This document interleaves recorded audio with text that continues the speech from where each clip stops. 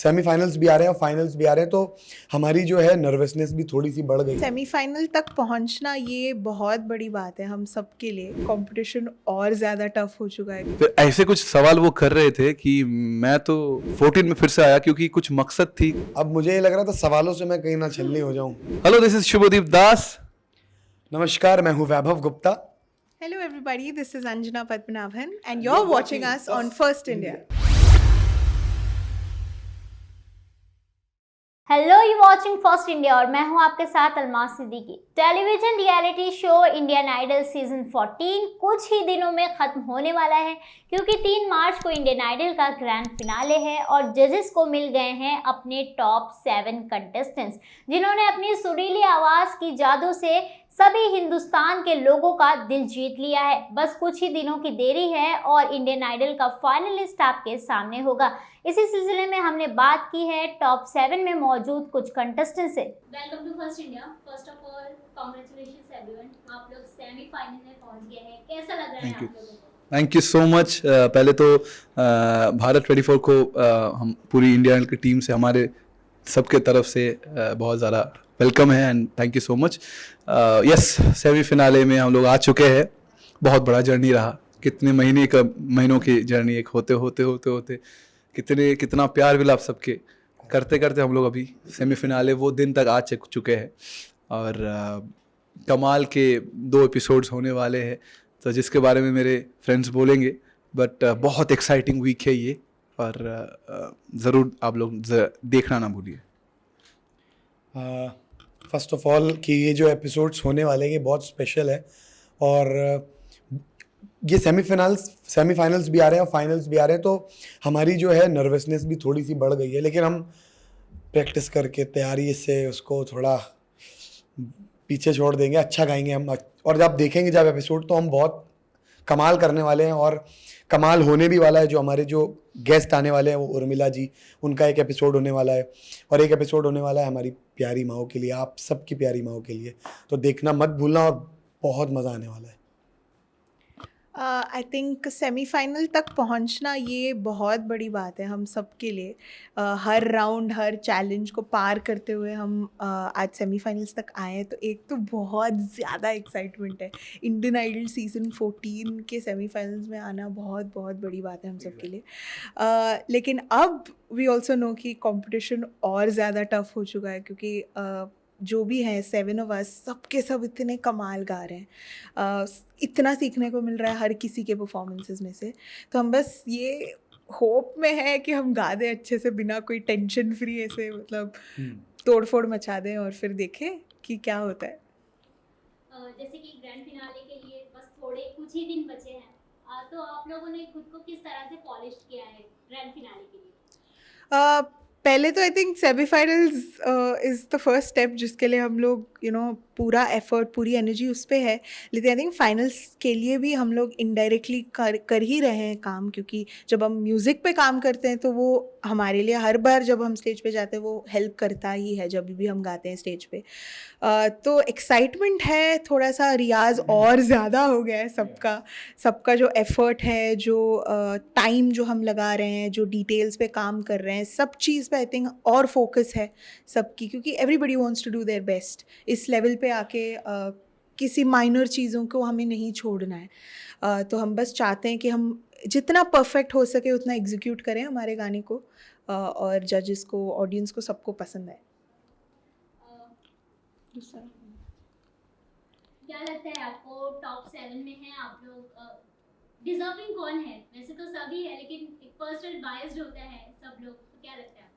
नहीं, हम सब बहुत कमाल है। मैं तो यही बोलता हूँ, मैं तो सबसे सीखता हूँ। मैं अंजना दीदी से वेस्टर्न सीखता हूँ, शुभदीप भैया से क्लासिकल सीखने की कोशिश करता हूँ। थोड़ा जो बंदिशें होती हैं मैं उनके साथ रियाज भी करता हूँ।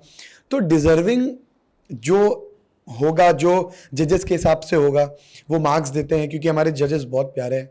वो ये नहीं देखते हैं कि कौन ये वो, बस वो ये देखते हैं कि म्यूज़िकली कौन सच्चा है और कौन अच्छा कर रहा है। तो ये हम नहीं बता सकते, हम तो अपना बेस्ट दे रहे हैं, और जो टॉप 6 होंगे, जो कमाल होंगे, वो आगे जाएंगे। और हम सातों बस कमाल करने वाले हैं इस एपिसोड पे। हम तो बस, हमारे अंदर, सबके अंदर तो ये कोई कभी बात आती नहीं है कि यार तू कम है, यार तू ज़्यादा है, ऐसा तो कुछ आता ही नहीं। हम सब एक दूसरे को मोटिवेट करते हैं। बस और क्या मैं बोलूँ। जी रजत शर्मा आए थे, जी काफी क्वेश्चन किया था जी और ऐसे ऐसे सवाल किए थे कि आप खुद ही कंफ्यूज हो गए। जी आपसे पूछा था उन्होंने कि कोलकाता से हो आप और क्या लगता है आपको ट्रॉफी आप ही जीतोगे, तो आपने खुद के लिए ही आंसर दिया था, क्या था उसके पीछे?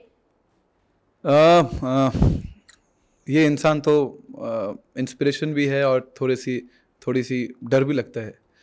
तो मुझे पता नहीं था कि मुझे वो ऐसे कुछ पूछने वाले, बट अचानक पता चला कि ही इज टेलिंग कि आपसे चले कटघरे में चलिए, आपसे पूछूंगा क्वेश्चन।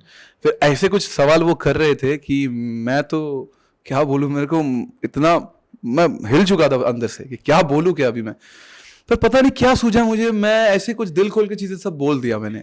उन्होंने तो ऐसे पूछा कि आप सबको गुमराह कर रहे हैं कि आपको ट्रॉफी ये। तो फिर मैंने उनको बोला जो नेचुरली मेरे दिल में आया कि मैं क्यों ये सीजन में फिर से वापस आया हूँ।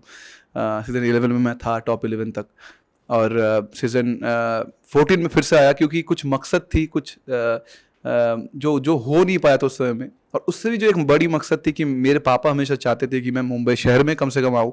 और उनके ज़बान में कितनी बार ये शब्द आया था कि तू इंडियन आइडल कभी जाएगा क्या, ऐसे बोलते ना हम लोग सब, तो पापा भी बोलते थे। तो जब मौका मिला करने की उसको उनके आशीर्वाद से, तो फिर मैं लग गया और मैं अभी आप सबके सामने हूँ। और जवाब भी मैं शायद उनको दे पाया, वो खुश हुआ उस जवाब से। आपसे भी सवाल पूछा गया था, पहली बात तो आद्या से पूछा गया था कि आप हमेशा बॉटम में रहती हैं, कैसे आगे बढ़ती जा रही थी, उस वक्त आपके दिमाग में क्या चल रहा था कि मुझसे क्या सवाल पूछने वाले, मैं कैसे आंसर कर पाऊंगा? मैं तो बहुत डर गया था, मतलब हम सब अब परफॉर्मेंस हो रही है तो हम परफॉर्मेंस से ज़्यादा हमें उस चीज़ का डर है। अब मैंने गाना गाया था छल्ली करते सीना मेरा, अब मुझे ये लग रहा था सवालों से मैं कहीं ना छलनी हो जाऊं, तो इतना डर था। और मतलब हमारे सबके आप चेहरे अगर देखते तो हम सिर्फ यूं कर रहे थे कि क्या सवाल आएगा सामने से। और जब उन्होंने आद्या से पूछा कि आप सबसे ज़्यादा बॉटम में आते हो और फिर भी हो इस शो में, तो हम सब बहुत वो भी हो गए थे कि ये बहुत ज़्यादा हार्श क्वेश्चंस हो रहे हैं और वो जो लोगों के सवाल हैं वो पूछ रहे हैं, हमसे क्या पूछेंगे। तो हम सब डरे भी थे, लेकिन ये शायद ज़रूरी भी था कि हम तक ये पहुंचाना कि लोगों को ये क्लियर करना ज़रूरी था कि ऐसा नहीं है। जैसे शुभदीप भैया से उन्होंने कुछ ऐसे सवाल पूछे थे कि आप ढोंग कर रहे हैं ऐसा करके कुछ। हाँ, पर एक चीज़ बोलना भी चाहूँगा कि उन्होंने मुझे ऐसा, तो जो भी हुआ हम सबके साथ में, उन्होंने मुझे गिफ्ट भी दिया। उनके अंदर एक सोल भी बहुत प्यारा है और म्यूजिकल भी बहुत सोल है, एक जो उन्होंने इतना सपोर्ट किया वो। तो वो सच में बहुत अच्छे इंसान है। उन्होंने जब वो क्वेश्चंस करते थे तो उससे पहले वो बोलते थे कि ये मेरा काम है और मैं वो करूँगा। और उस क्वेश्चन जब वो करते थे सवाल, तो जब हम सब जवाब देते थे, तो वो मतलब जिस तरीके से हमारे जवाबों को सुनते थे, क्लैरिफाई करते थे चीज़ों को, वो बहुत कमाल था। और वो सच में बहुत कमाल है। और एक आपने देखा होगा वो म्यूजिकल भी है। उन्होंने जो गाना गाया था वो बहुत अच्छा गाया था, मतलब मज़ा आ गया था, वो एपिसोड ही कमाल था। मेरा सवाल आपसे है, आपने बहुत अच्छा परफॉर्म किया था दर्दे डिस्को, जिसमें आपकी खूब तारीफ हुई थी। वो आइडिया कहाँ से आया कि मैं इंस्ट्रूमेंट भी प्ले करूंगी और सिंगिंग भी करूंगी? बहुत अच्छा हुआ था वो परफॉर्मेंस आपका। तो जो मैंने दोनों जो गाने गाए थे, एक था चिन्नम्मा चिलकम्मा और दर्दे डिस्को। तो चिन्नम्मा चिलकम्मा जो है वो थोड़ा सा साउथ इंडियन क्लासिकल बेस्ड एक उसकी जो इंट्रो है वो थोड़ा सा वहाँ से आता है, क्योंकि मेरी जो रूट्स है वो साउथ इंडिया से है। तो कज़ू जो इंस्ट्रूमेंट है वो कर्नाटिक म्यूज़िक में बहुत सुंदर साउंड करता है, तो मैं बचपन से इसे मस्ती में मैं बजाती थी उसको।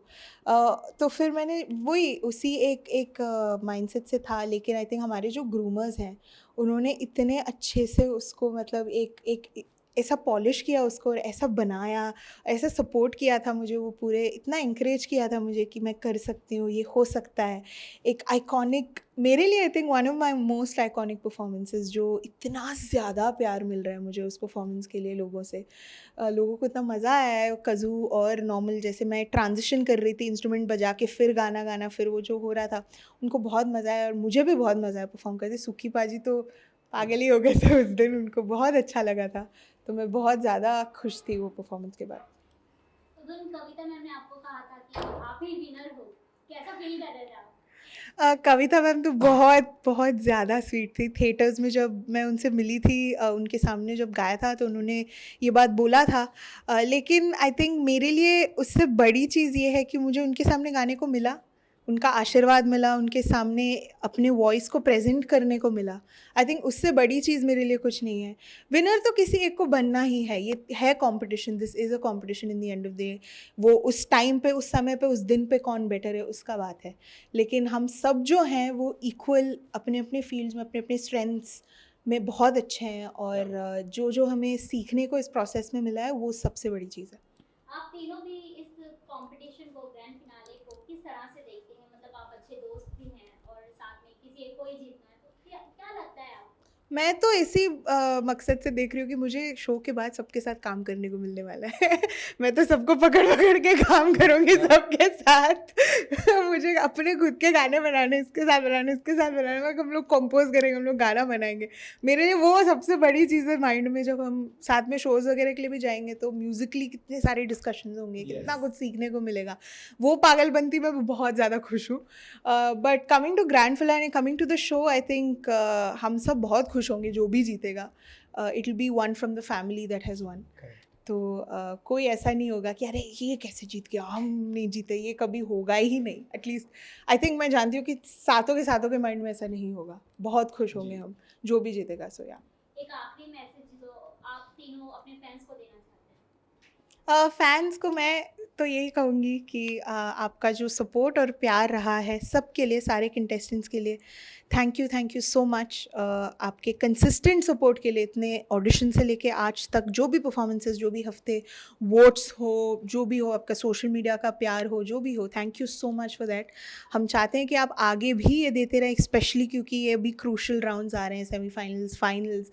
फिर उसके बाद जब हम दुनिया में भी जाएंगे, अपना खुद का भी काम करेंगे, तो we will need your support, we will need आपका प्यार, ऑल योर जो जब आप सुनेंगे हमारे गाने, या जब आप आएंगे हमें लाइव सुनने के लिए, तो यही है, please continue to support us and shower all your blessings.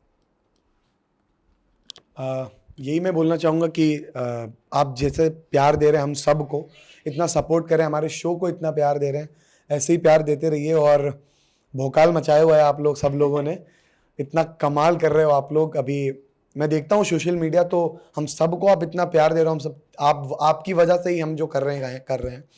So at the end ये कंपटीशन तो है ही, और वो जो जीतेगा वो जैसे अंजना दीदी ने बोला, हमारे परिवार से ही होगा। हम जो 7 लोग हैं, ये हमारा सब ये परिवार था। हम जब आए थे 15 लोग थे, वो भी हमारा परिवार था। जो हम सब हमेशा अटैच रहने वाले हैं। ट्रॉफी कोई भी जीते, जो भी जीतेगा वो हकदार होगा, जो हकदार होगा वही जीतेगा। थैंक यू सो मच आप सबको। देखते देखते सेमीफाइनल्स के वीक आ चुका है, और इतना बड़ा एक लंबा जर्नी, कभी कभी नॉस्टैल्जिक लगता है मुझे, मैं थोड़ा ख़राब भी लगता है मुझे कि कितना प्यारा चल रहा था सब कुछ, पर धीरे धीरे ये हमारा शो है। बट इसके बाद कुछ ऐड करना चाहूँगा कि हमारे बहुत अच्छे अच्छे जगह से, पूरी दुनिया से हमें शोज़ के बुकिंग्स आ रहे, और आप सबसे हम लोग बहुत जल्दी इसके बाद मिलने वाले हैं। और आपके साथ हम सब मतलब इंडिया आइडल के सारे हमारे फ्रेंड्स, फैमिली मज़े करेंगे। लाइव आपके सामने परफॉर्म करने के लिए हम लोग बेचैन हैं, और प्लीज़ ऐसे ही जो सपोर्ट कर रहे हैं, प्यार दे रहे हैं, वो देते रहिए। जैसा कि आपने देखा, सभी कंटेस्टेंट्स काफ़ी ज़्यादा खुश हैं, इसी के साथ साथ नर्वस भी है, क्योंकि ग्रैंड फिनाले आने वाला है और सबकी दिल की धड़कनें बढ़ गई है। बस कुछ ही दिनों में आपके सामने इंडियन आइडल का फाइनलिस्ट होगा। ये वीडियो आपको कैसा लगा मुझे कमेंट सेक्शन में ज़रूर बताएं, और हमारे चैनल को लाइक, शेयर, सब्सक्राइब करना ना भूलें।